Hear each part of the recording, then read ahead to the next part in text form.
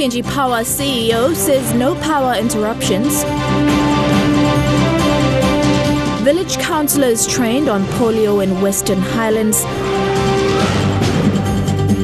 And CHM Rait Musik back on MTV. This is the National MTV News with Helen Sayer. Good evening and thanks for joining me for Thursday's news.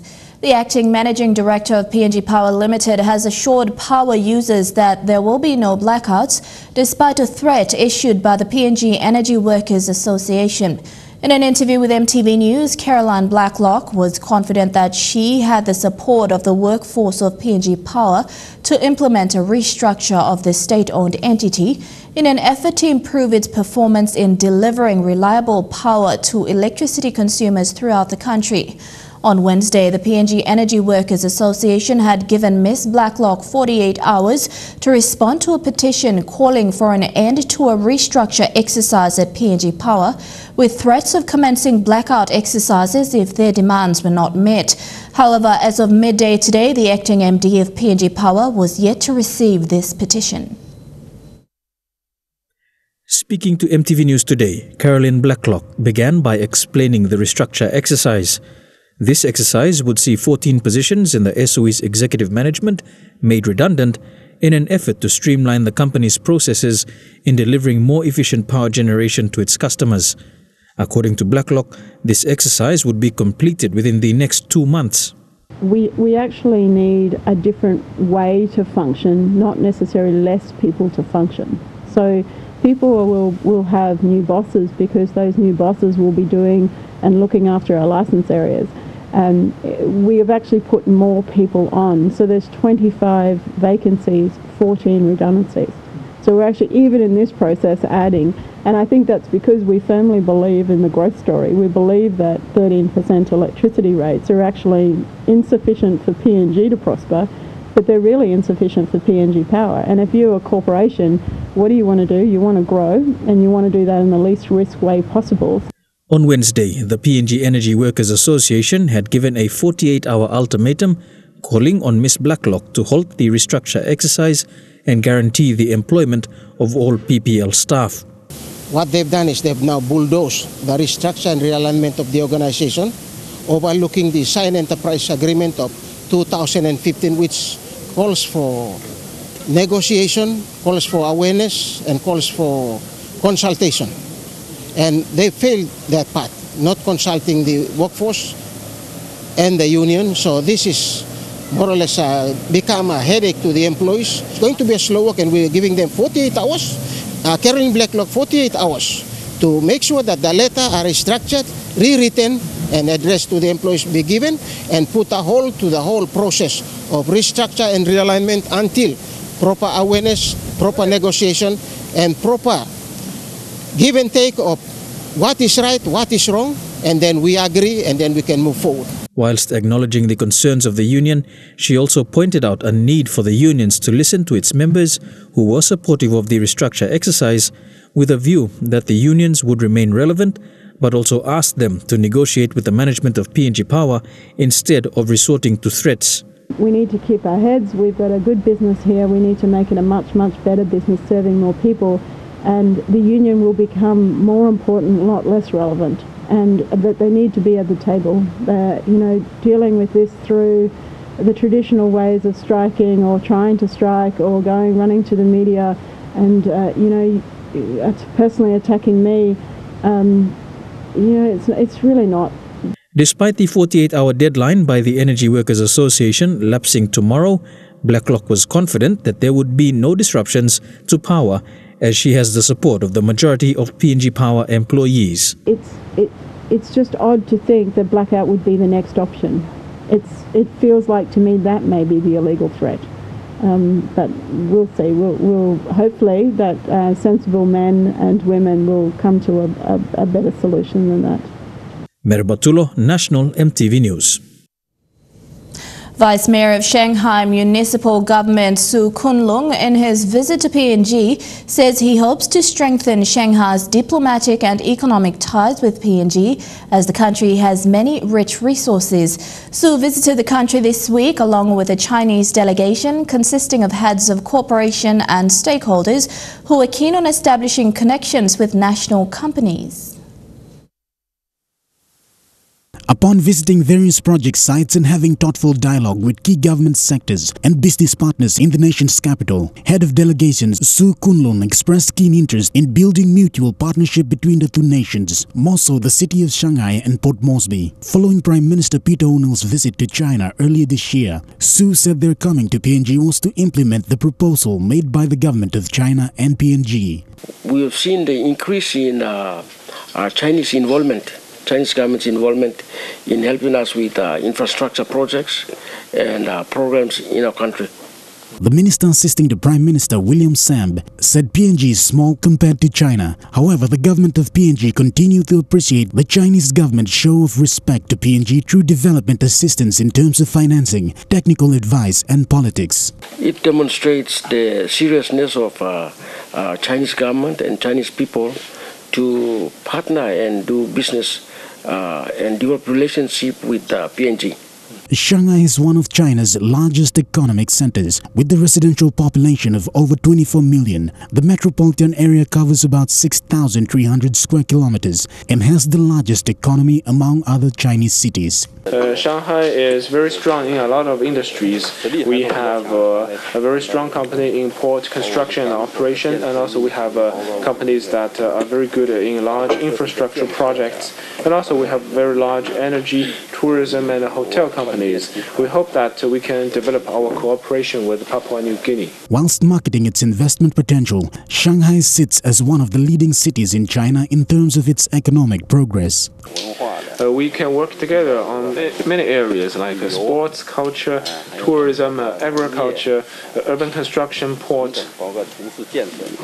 On one of their agendas, the direct flight from Port Moresby to Shanghai opens sometime next month. It will be convenient for passengers traveling in a much shorter and faster route. However, there is a possibility of surge of visitors coming into PNG or the rest of the world that may provide beneficial to the tourism industry of Papua New Guinea. Shane Saroya, National EMTV News.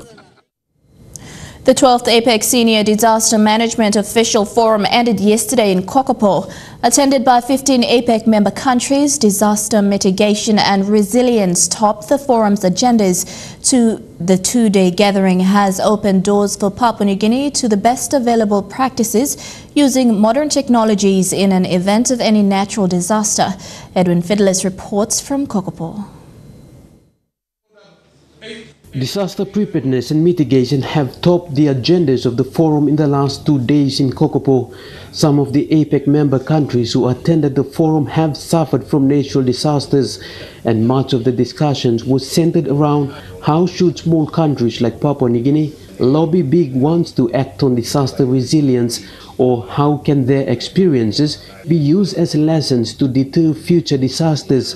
While primarily driven by a collective agreement across all our APEC economies that we need to work to enhance disaster preparedness to minimize both the human and the economic impacts, and this is no longer just an academic exercise. Considerable changes have been made to the disaster mitigation in Papua New Guinea since some of the major natural disasters, including the 1994 twin volcanic eruptions in Rabaul and the 1998 Aitape tsunami.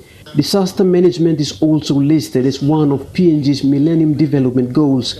Such forums has enhanced the country's capabilities of achieving it. It's important to develop a consistent understanding of the relevant concepts, issues, existing capacity and approaches to enhance the hazard warning process. Climate change has made natural disasters more frequent and more severe.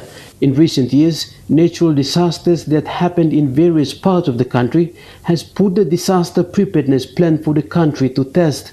Millions of kina were spent to rebuild the infrastructures and put the economy back to its feet. I'm confident that through our actions across these 4 areas, we are able to identify potential new pathways for member economies to continue investing in enhancing their own as well as the regional early warning systems. While the gathering seeks to find possible ways to avoid disasters from causing disruptions to the economy, outside of the forum, many still criticize the financial downturns of many small Pacific Island countries that are financially weak to prepare for it. But the forum has come up with recommendations for smaller member nations, stating they need to get together, create partnership, share knowledge, and speak with one voice. Edwin Fidelis, National MTV News, Kokopo. The Port Moresby Nature Park is one of the city's most major attractions and acts as a gateway to the rest of Papua New Guinea by showing some of the diverse flora and fauna native to the country and the region. Many cannot travel out of Port Moresby but can see the native wildlife firsthand. The park launched its new website today. It can be accessed from anywhere in the world. Tourists and residents throughout the country can now access information about Port Moresby Nature Park through its website. A website launch was a low key today at the Nature Park. The website, www.portmoresbynaturepark.org, is not accessible through Google as yet, but the park's marketing team is working on getting it listed on Google.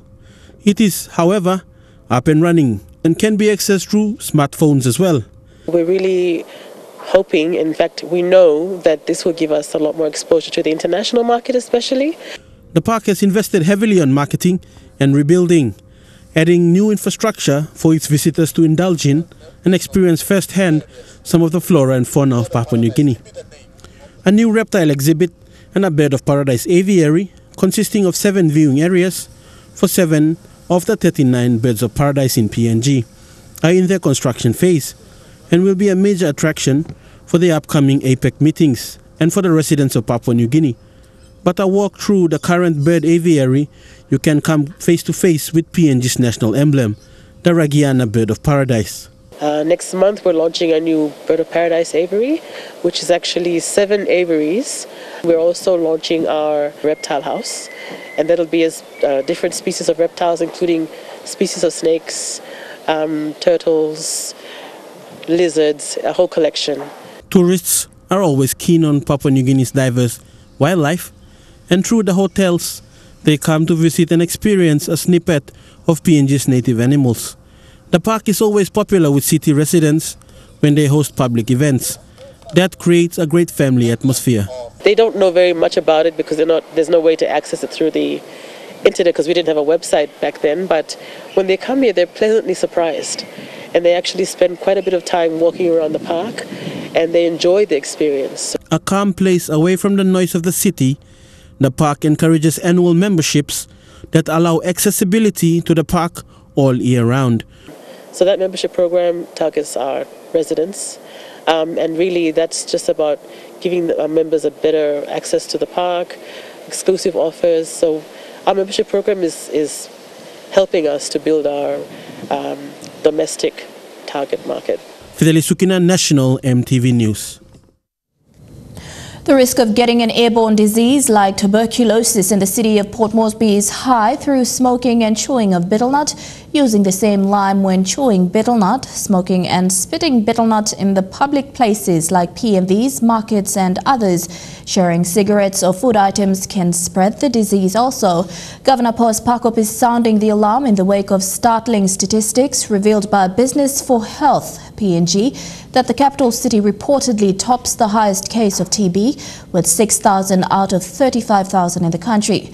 He says the Commission is serious in minimizing or controlling its spread with an ongoing partnership it has had with the National Department of Health through public hospitals and other health facilities in the city.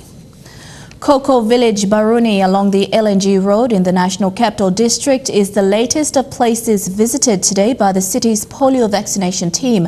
More than 100 children under the age of 15 were vaccinated. The city polio vaccination commenced on September 24th and is continuing, and parents are encouraged to bring in their children at any nearest clinic for the OPV. Port Moresby, home to roughly 300,000 people, reported its first polio case last week. Previous cases were found in more remote parts of the country, 3 in Morbe, 2 in Eastern Highlands, 2 in Enga and 2 in Medang. PNG was declared polio-free in 2000, but in 2018 there has been an outbreak with 10 confirmed cases of the viral infection so far. Village councillors from all over Western Highlands province attended a social mobilisation workshop on polio yesterday in Mount Hagen. They are the second group engaged by the health promotion team from the Western Highlands Provincial Health Authority to conduct awareness on polio. The first group was pastors from different denominations who attended the same workshop recently. The health promotion team of the Western Highlands Provincial Health Authority are continuously running campaigns and awareness programs about polio. Yesterday, more than 50 village councillors attended the social mobilization workshop. Last Friday, more than 50 pastors also attended a similar workshop. These groups are being engaged because they live and work amongst some of the largest groups of populations in the province. Church pastors will spread the message during church services, while village councillors will inform the community the ways to live a healthy lifestyle. Polio has no cure, but it can cause permanent paralysis or death. The only way to prevent it from spreading is through vaccination. Children under the age of 5 were vaccinated in the first round of vaccinations throughout the country because their immune system is not strong. However, the National Health Department has increased the age group from 5 and below to 15 years old and below after a case was found in Port Moresby from a 9-year-old boy. Polio can spread through germs and the drinking of contaminated water. The health promotional team is urging everyone to keep their household clean and always wash hands after visiting the restroom or before eating. Vasinata Yama, National EMTV News, Mount Hagen. The public prosecutor has requested the Chief Justice to appoint a tribunal to inquire into misconduct allegations against Mapric MP John Simon. In a statement late this afternoon, Public Prosecutor Pondros Kalawin revealed there is a prima facie case against Mr. Simon after considering the matter brought forward by the Ombudsman Commission. The allegations against Mr. Simon relate to benefits paid to the member's hire car company totaling more than 200,000 kina, benefits to the member's construction company of more than 1.3 million kina, misappropriation of 48,500 from the Mapric DSIP funds, and using his office to benefit the leader's associates and associate companies with payments of 45,832 kina being paid from the Mapric Treasury operating account. The decision to request the Chief Justice to establish a tribunal was made on the 7th of this month. You're at National EMTV News. Stay tuned for more stories coming up after this break.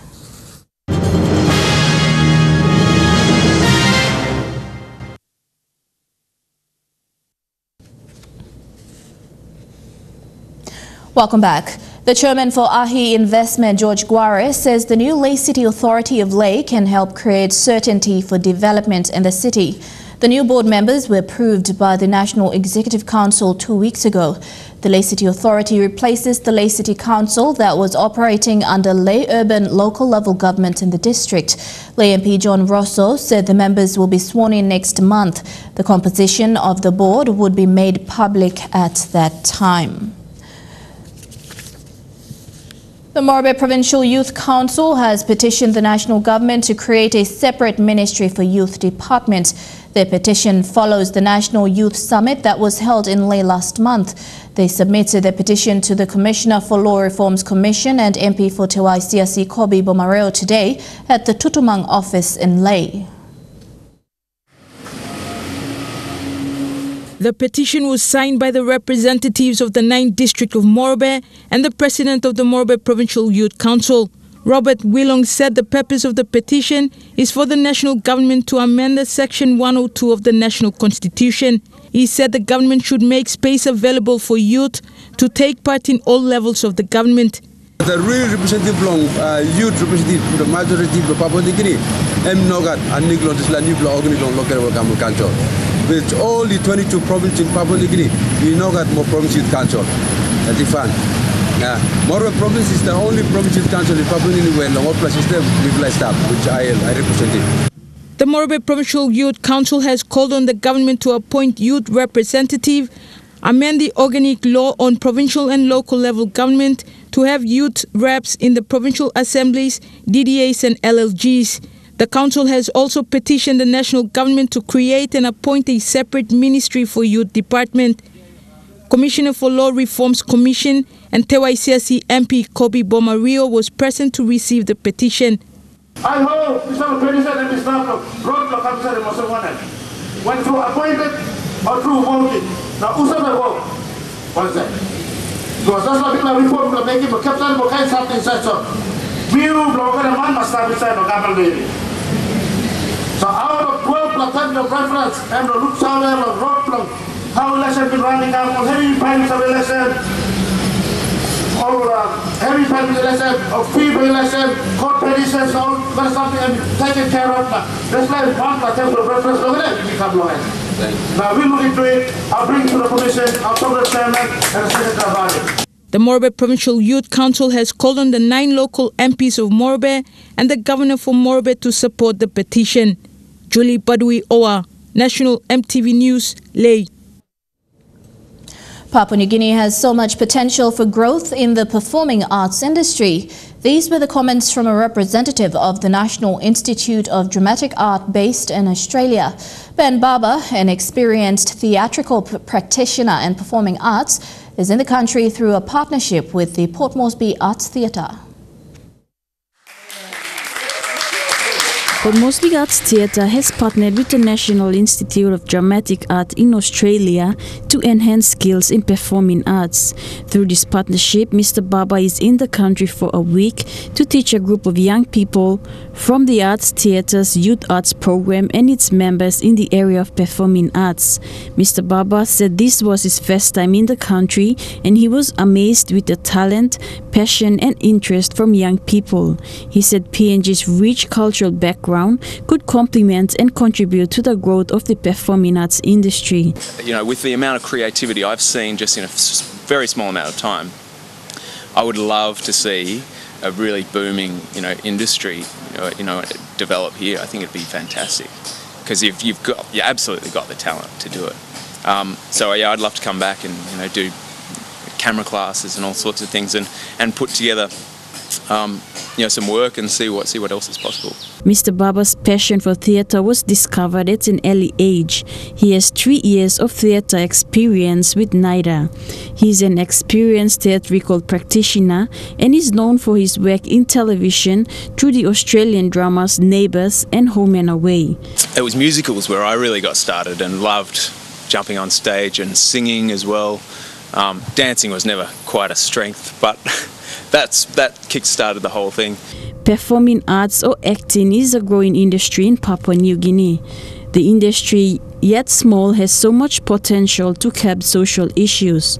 Port Moresby Arts Theatre's collaboration with NIDA is the first of its kind. The Arts Theatre's president, Bob Stanley, said the partnership was aimed at bringing first-class international training in theatre to PNG to boost interest and see the industry grow. It's becoming a kind of core thing, a core part of what we do, and it's expanding, and we want to expand it more. We want to have more people involved, get more people coming to the Moresby Arts Theatre, get the Youth Arts program more involved, have more programs that are involved for young people. The Arts Theatre and Mr. Baba will be having a reception at the Australian High Commission tonight. The week-long workshop will end on Friday with a performance from the participants putting into action what they've learned. Charlene Airy, National MTV News. Approximately 1.5 million kina was given by the Indonesian government to assist earthquake victims of the February disaster. The presentation was done at the Indonesian Embassy in Port Moresby today. Due to Indonesia's financial processes, the donation took some time to be delivered.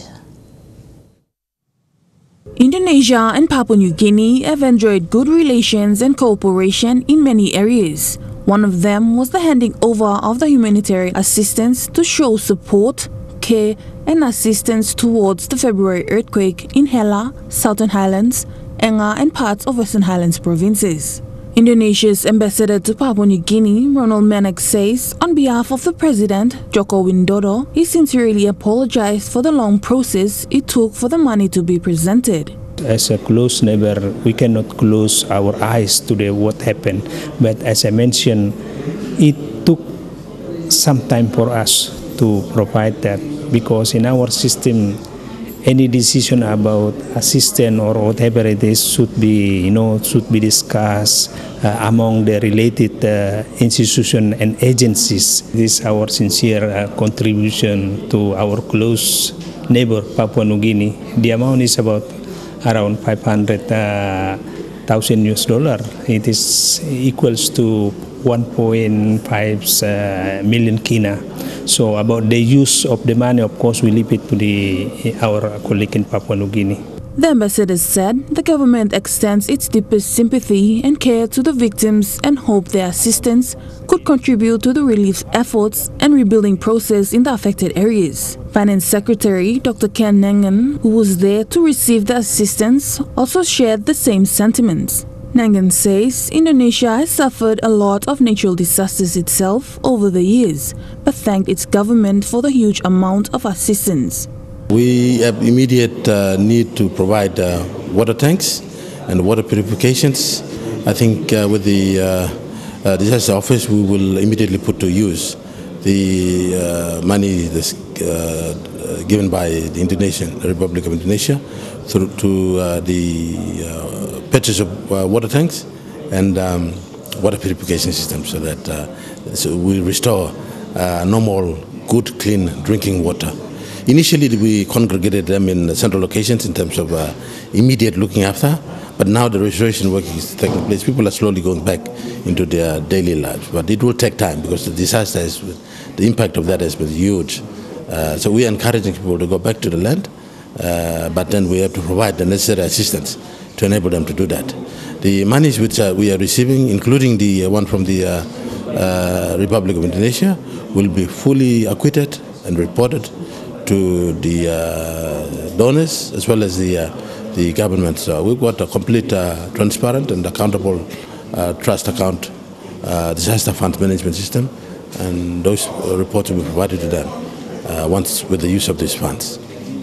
Nangan says currently the PNG government's #1 priority is making sure that the health and safety of the people in the affected areas is being assessed. The earthquake has left thousands of people devastated, homeless and scared. Relief supplies over the past few months have really helped in assisting the victims. Few people have moved back to their land, while others still await for clearance from authorities to move back. Michelle Steven, National, EMTV News. After a number of years off air, Rait Musik will be back with a new and improved format in October 2018. The show will be back on air on Thursday nights prime time at 7 p.m. on MTV. The show kickstarts MTV's exciting 2019 program lineup. The show will continue to be produced by CHM Supersound, who have produced other popular iconic music shows such as Pepsi Fizz, CHM Supersound Hits, South Pacific Music and PNG Gospel Hits over the last 30 years. The show will continue to play the best in PNG and South Pacific music, showcasing new music videos as well as classic gold hits, spotlighting artists via interviews and even providing some comedy entertainment. MTV's acting CEO Sheena Hughes said this is part of MTV's new programming revamp in 2019, and the company is excited that CHM has partnered with MTV to bring the entertaining music program back. CHM Supersound manager Brendan Chin said so many people asked them to bring Rait Musik back, and they were excited to partner with MTV to bring it back bigger and better. The annual Sprite psychup event is on again in late this weekend. The event aims to bring together talented youths by creating a platform for them to perform. Local Sprite psychup ambassadors Isabel Juma, dancer George Tao and entrepreneur Christopher Lam will also be present to tell their success stories in their various fields. This year, the Sprite psychup team also visited various schools, starting with Busu Secondary. Out for any kids who are interested in expressing themselves through whatever talent they have, like dancing, beatboxing, rapping, and painting, of course. This is the third year the Sprite psychup event is being held, supported by Coca-Cola. It aims to encourage students and young people to embrace their talents. Also present amongst the Sprite psychup ambassadors for the awareness was Lay's young entrepreneur and founder of Barata PNG, Christopher Lam. Our stories, who we are, what we do. There's videos as well about what we do. And then we're going to have boot camp on Friday. This is basically to mentor all the kids on how to perform on stage with whatever creativity they have as well. They're going to add on to it so that people like us, the brand ambassadors for Sprite, we're going to step aside and we're going to let them come up and take the stage. Yeah. Auditions for the event were held today at the Hue and Gulf Hotel, and the event will be hosted this Saturday at the Sir Ignatius Kilage Indoor Stadium. Lucy Kopana, National EMTV News, Leh. A landowner company in Leh has paid 1.7 million in dividends to 6 villages in Leh to help them start their business operations. Member for Leh John Rosso told the 6 landowner groups to manage the resources well for the benefit of their future generations. The resources include 6 new 25-seater buses, portable furnished offices and 20,000 kina each to the 6 villages by Ahi Investment Limited. These resources distributed to the 6 high villages yesterday were from the profit of 1.7 million kina from all subsidiary companies that IE Investment is involved with. The people of IE from the 6 villages were present to receive their shares. Also present during the presentation was Leh MP John Rosso, who told the associations to manage their resources with ownership. What will we leave a legacy behind for them? One is something all behind, especially the IE people. It goes to all the children, but especially you guys today. What legacy by losing behind all beginning blue? A legacy with no land, a legacy with no business opportunities, a legacy with you miss up long place blue. No. You may look in legacy where all got good education, where they can prosper, where the villages and stuff have proper services, where they can have something that you mean that say God, this line must stop Lord beginning blue, you mean must hold him strong Lord place blue you mean. The IE Investment Limited is owned by the people of IE, who are the traditional landowners of Leh City. The 6 villages sharing the dividend are Yalu, Engali, Butibam, Kamkumu, Yanga and Wagang. IE Investment Limited also paid 20,000 kina each to the 6 villages as seed capital with the support of the landowner charitable companies. The dividends that we have now seen being distributed is basically profits from all the subsidiary companies that AHI Investments involved with. So AHI is the investment business that exists to operate through taking shares in established and even 100% joint ventures or 100% subsidiaries that we create ourselves and then manage those businesses, and then the profits from those businesses come back into AHI, and from there we channel it back into the trust. The company's chairman said it was the first dividend payout to the villages after it's restructured in 2015 that was then known as IE Holdings Limited. If they don't run the companies properly, nothing gets done. The people don't get their dividends.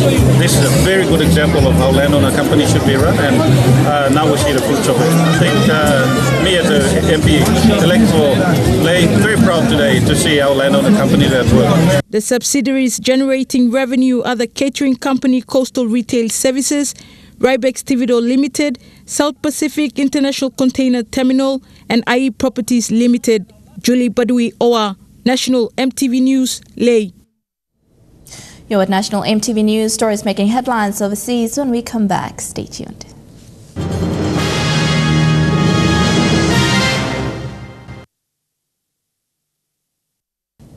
Welcome back to the news. Turning overseas, Bill Cosby spent his first full day in prison as a convicted criminal. The disgraced comedian was sentenced to 3 to 10 years for drugging and sexually assaulting Andrea Constant at his Philadelphia home 14 years ago. Now Cosby's life is radically different from the privileged one he's lived for decades. is the maximum security prison that Bill Cosby is housed at, SCI Phoenix. It's been a busy Wednesday for Bill Cosby. Inmates are up at 6 a.m. They are at attention. They're standing. That is roll call and when they are counted. Today has been a day of the classification process for Bill Cosby. General medical screening, general psychological screening, going through records. Bill Cosby is in his own cell. He is actually located at this point next to the infirmary, prison officials tell us. And the hope is that in time he can go into the general population.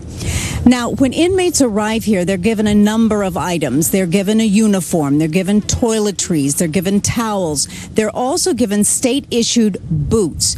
And we were able to see the actual type of boot that Bill Cosby and everyone else was given upon entry. It is a leather boot. They are actually made by the inmates themselves right here at this facility. SCI Phoenix has a manufacturing plant that manufactures boots just like these for inmates all over the Commonwealth. But Bill Cosby will wear these boots as he walks around the prison and to his more normal duties, which may include at some point jobs. The inmates actually have jobs at the prison, but that is something through the classification process. They will decide what job is right for him. And if you're wondering what the food is like, well, we saw a menu, and for lunch, it was actually Italian sausage and vegetable, fruit and beverage. And Wednesday night for dinner, it is poultry tetrazzini, carrots, bread, and an apple. Donald Trump is going all out to try save his nominee for the U.S. Supreme Court, but the task seems to be growing more difficult by the day as new allegations against Brett Kavanaugh surface. A third woman claims back in high school Kavanaugh was drunk and sexually aggressive at parties where women were drugged and gang raped. The Senate Judiciary Committee will hear from Kavanaugh's first accuser first, and she has taken a polygraph test to support her claim that Kavanaugh sexually assaulted her at high school parties. Kavanaugh denies all the allegations, while President Trump says he believes Kavanaugh and blames Democrats for trying to destroy his nominee. The White House is pushing back on allegations against Supreme Court nominee Brett Kavanaugh, saying the judge has denied these accusations. Still, at a press conference involving President Trump here in New York after he met with leaders at the UN, the president said that he almost feels sympathy for Judge Kavanaugh because of some of the past allegations made against him, as in Mr. Trump, that he says are false. I asked the president why he seems to always stand with the accused and not the accusers in these sorts of cases, and here's what he had to say. Why is it, Mr. President, that you always seem to side with the accused and not the accuser? You have three women here who are all making allegations, who are all asking that their stories be heard. And, you know, if you look at the case of Roy Moore, if you look at the case of one of your staffers, you seem to time and again side with the accused and not the accuser. Is that because of the many allegations that you've had made against you over the years? Well, first of all, I wasn't happy with Roy Moore. Let's get that straight. But Roy Moore was a Republican candidate, and I would have rather had a Republican candidate win. I was very happy with Luther Strange, who was a terrific man from Alabama, but Luther Strange had a lot of things going against him. As far as women, whether it's a man or a woman, these are, you know, it can happen the other way. Allegations can go the other way also. You understand that. And whether it was a man or a woman, 30 years ago, 36 years ago, in fact, they don't even know how many years ago because nobody knows what the time is. That's a long time. And I could pick, as an example, hopefully I won't have to do it as a replacement, because hopefully this is going to go very well on Thursday. It's going to go very well on Monday or Saturday or Sunday or whenever they vote. But I could pick a woman, and she could have charges made from many years ago also. But don't you understand, and I would look at the character, what I have to do. The president went on to say he'll be watching the hearing at the Senate Judiciary Committee featuring Judge Kavanaugh and his accuser, Christine Blasey Ford. The president went as far as to say he may change his mind on his own Supreme Court nominee depending on what Christine Blasey Ford says. The president says he wants to watch this hearing so much that he's willing to postpone his meeting with his Deputy Attorney General, Rod Rosenstein. The chairman of Australia's national broadcaster has resigned amid accusations of political pressure and interference at the ABC. It follows denials from his friend and former Australian Prime Minister Malcolm Turnbull that he tried to get senior ABC journalists sacked. The ABC is Australia's national broadcaster, publicly funded but editorially independent. It's meant to be free from political interference.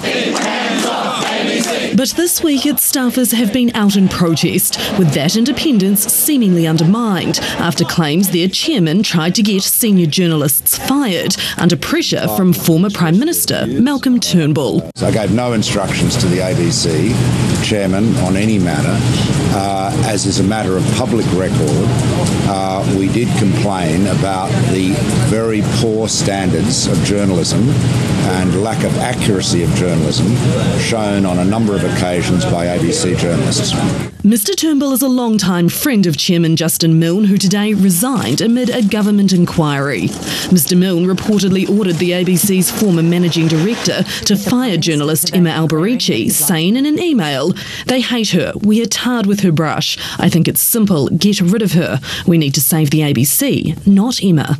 It's also been claimed Mr Milne wanted the ABC's political editor Andrew Probyn sacked after a meeting with Mr Turnbull. He reportedly told then managing director Michelle Guthrie to shoot him. Ms Guthrie told the ABC's board before they fired her earlier this week. Just because the government doesn't like a journalist does not mean that journalist gets sacked. Is your resignation an admission that you failed to safeguard the editorial independence of the ABC? Absolutely 100% not. There was absolutely no interference in the independence of the ABC by the government. The Prime Minister saying it's the right call and that it's time for the ABC to resume normal transmission. But with an investigation underway and pressure turning on the board, this crisis isn't over yet. You're with Thursday's news. Choc Ice Sports is next. Don't go away.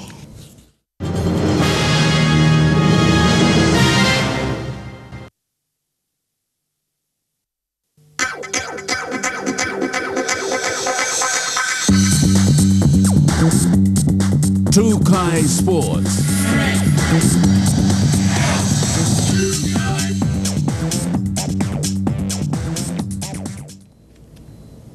Welcome to Choc Ice Sports. The inaugural PNG Residents Under-23 team was announced today by PNG National Rugby League Competition Chairman Adrian Chow.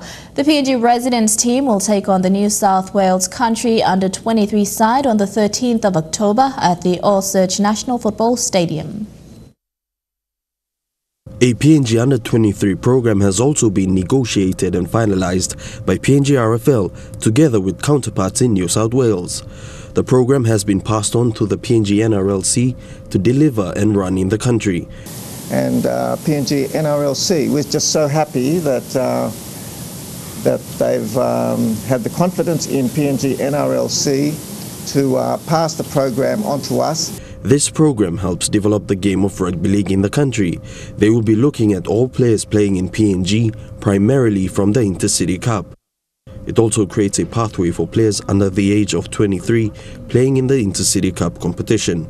So we want this program to assist in the players to reach their potential, because many of these players, when they're young, they're still able to be moulded according to the direction which the coaches want, so that they really, at this young part of their career, by exposing them to a different level of competition, an international level of competition. This program creates a platform for young players to showcase their skills in front of selectors and coaches.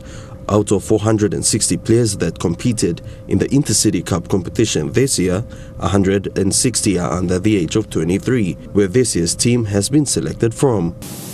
That's the avenue where they can have the chance to market themselves and expose themselves. Give them an opportunity to show coach what they're capable of doing, so Coach Michael and his Hunters management can have the chance to see them.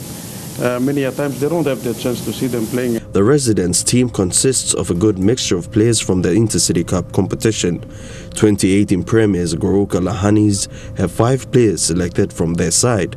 The team will be coached by Stanley Tappend. The boys will be really looking forward to it, and I think the plan is to get the boys into camp next week, have a 10-day camp in Port Moresby. We understand the Prime Minister game will be also on next week, but I think we worked out a plan to get the boys into camp and prepare them well. Elijah Levette, National EMTV Sports.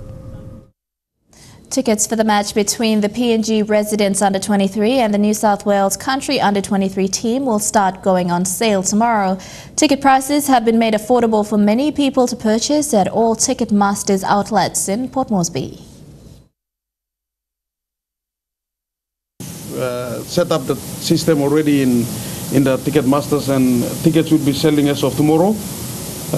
We've worked out the dynamics of the costing and the pricing of the game, the paying public, the economy, other factors, external and internal, and we've maintained the prices that we did at the Digital Cup Grand Final, which is going for 50 kina at grandstand.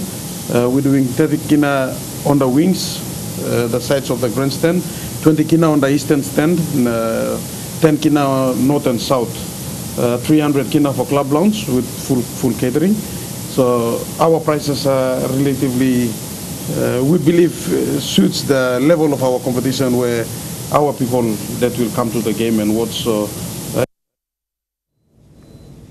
Choc Ice Sports will be back with more after the break. Stay tuned. Choc Ice Sports. Welcome back to Choc Ice Sports. The 2018 Oceania Rugby Sevens Championships this year will be the 11th edition of the men's event and 6th edition of the women's event. As the 4th combined event, PNG Palai's head coach John Larry is adamant PNG will send some of its best players come November to Suva, Fiji.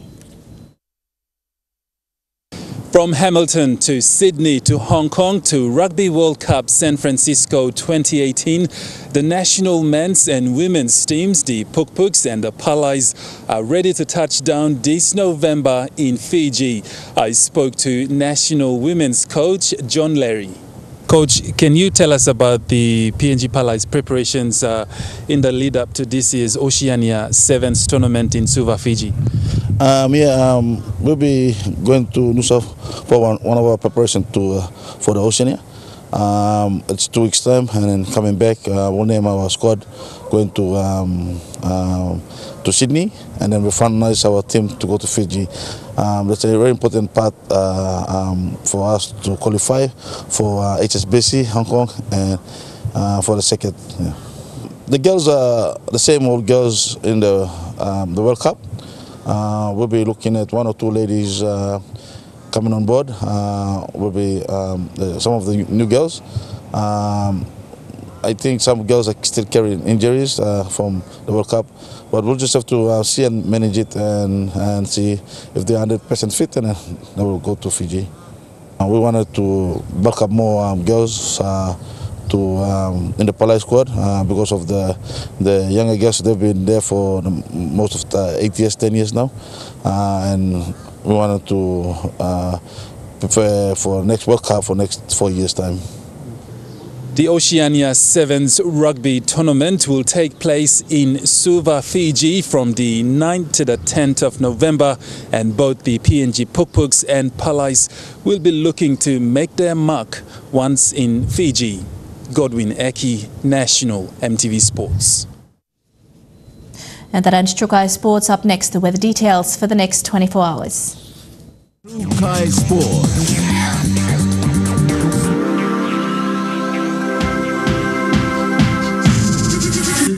Choc Ice Sports. The weather details were proudly brought to you by Dulux, celebrating 50 years in PNG and the only paint made in PNG.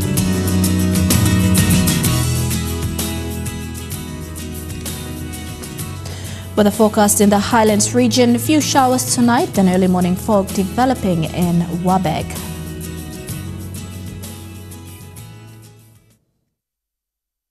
The weather details were proudly brought to you by Dulux, celebrating 50 years in PNG and the only paint made in PNG.